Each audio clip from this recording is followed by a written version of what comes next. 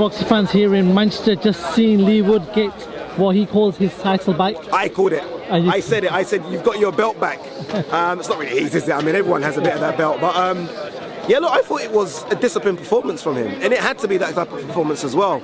He was never going to win that fight trying to have a shootout with Mauricio Lara. And even, there was times in there where even it felt like any time Mauricio Lara could land the bomb. It really did. So he had to be disciplined. He had his right hand up all the time. He landed that really good body shot, and look, I think it was a bit of that body shot and a bit of obviously the weight issues for Lara, where Lara just slowed down after round 6, like slowed down dramatically. And in the end, it was slightly, I want to give Leigh all the credit, and I'm going to, but it was also slightly disappointing from Mauricio Lara towards the end. He just didn't seem to want it as much. Maybe because he knew he couldn't win the belt. Maybe for him, a loss doesn't affect him as much as it would affect Leigh. But yeah, surprised by Lara, but look, congratulations to Leigh on a big performance. Of course, the fight that they're going to look to make now is the Warrington fight, the one that was built up before this fight. Obviously, you've got to give Leigh credit because we've seen other favourites tonight that were supposed to win, didn't win in Lawrence Okolie and Conlan. Okolie Wood said he's got 2 more fights in this division. How excited is it to see someone like Leigh Woods go through the small show route and become this fighter that everyone's cheering on and just winning world titles right now? It's incredible. Honestly, it's incredible. When you think, you rewind, 3 years ago, and this guy's getting beat by Jazza Dickens. Do you know what I mean? He isn't coming up from Team GB and getting all the push. He's built up a fan base, a genuine fan base with these Forest fans. He's done it the hard way, and success has come to him very late. And that's why he wants the big fights. He's 34, there's no point rolling around with guys that no one knows. He wants the big fights. That's why he took Mauricio Lara on a voluntary. Who calls out Mauricio Lara on a voluntary? No, you don't need to do it. So I'm so happy for him. He's a great guy as well. Like, you know him.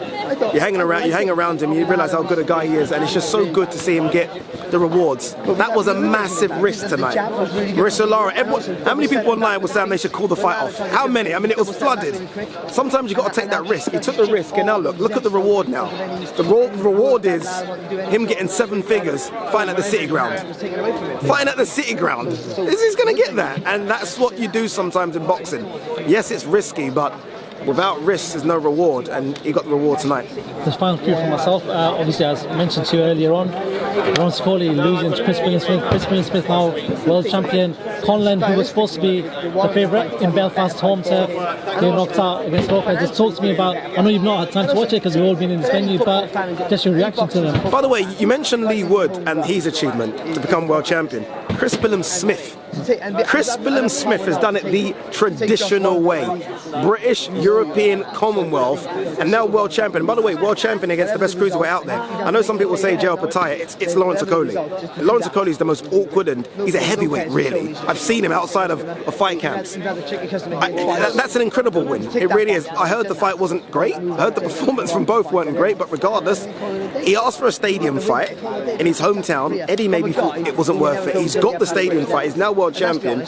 You only can applaud what Chris Billam Smith's done. And as for Michael Conlan, completely got it wrong. I thought Conlan's style would be good enough to beat Luis Alberto Lopez. That almost shows how well Josh done to even compete with Lopez. But I've seen the knockout, and it's a couple of bad knockdowns now for Conlan. Obviously the one at the Nottingham Arena against Leigh, and now this one. I know Adam Booth threw the towel in, but they might want to look and carefully match him. A long time out, a year out, and then see what happens when he comes back. But I'm shocked that Conlan lost that one. That's a big blow for him, massive blow. Yesterday there was talks that came out that Tyson Fury and Anthony Joshua are talking again. I know we've talked about this many times before. George Warren's done an interview with Queensbury today saying, listen, there is a formal offer now being presented over to Anthony Joshua's team, not a draft contract like I think Tyson was saying.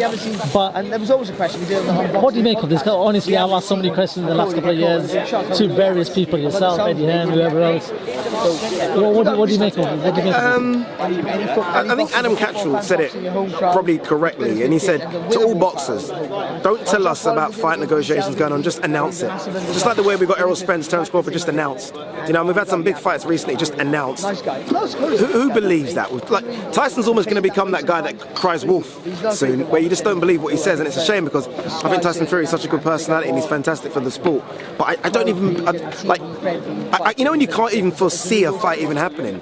I mean, AJ's not going to go from Franklin to Fury when there's talk about a Wilder fight in the winter.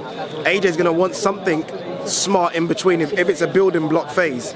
So he's going to want a Dillian White-like.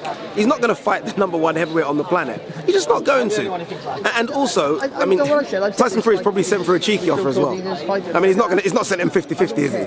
So look, he's clearly not going to fight AJ in the summer. I don't know who Tyson Fury is going to fight. Dempsey McKean maybe, Andy Ruiz. I'm not quite sure what he's going to do. But it's certainly not going to be Anthony Joshua. I think Anthony Joshua is definitely going to have a fight, and that fight's probably going to be Dillian White, which for me makes sense having watched him against Franklin. I actually wouldn't want to see the AJ I saw against Franklin fight Tyson Fury, I'll be honest with you. So it's going to be a White type, and then maybe a Wilder or Fury in the winter. It's certainly not going to be Fury. Do you even believe what Fury says, Un? I mean, it's just so much. I get a lot of stick from Fury fans, but it's just something different every week. It's crazy, isn't it? It was Jay Opataya, who I like, by the way. I think it's a good cruiserweight. Then it was Dempsey McKean, which should be illegal. It should be illegal. Like, you can't be the #1 lineal champion and then look for someone outside the top 20. For me, that's no, not at all. And now it's like, oh, AJ. Sorry, I'm tired of it. I'm tired of his talk. You come before I let you go. Big fight announced this week, well, a couple of days ago. Oh my God! You just mentioned it earlier on, but talk to me about Crawford. Yeah, very quickly, I've got like a minute. Terence Crawford, Errol Spence is the greatest fight to be announced in the last 20 years. I can't even think of one bigger. I was actually thinking, am I more excited when I heard Canelo Golovkin won? And I am, because you've got two guys, same weight division, both unbeaten, both top 5 pound for pound, undisputed, 2 different styles.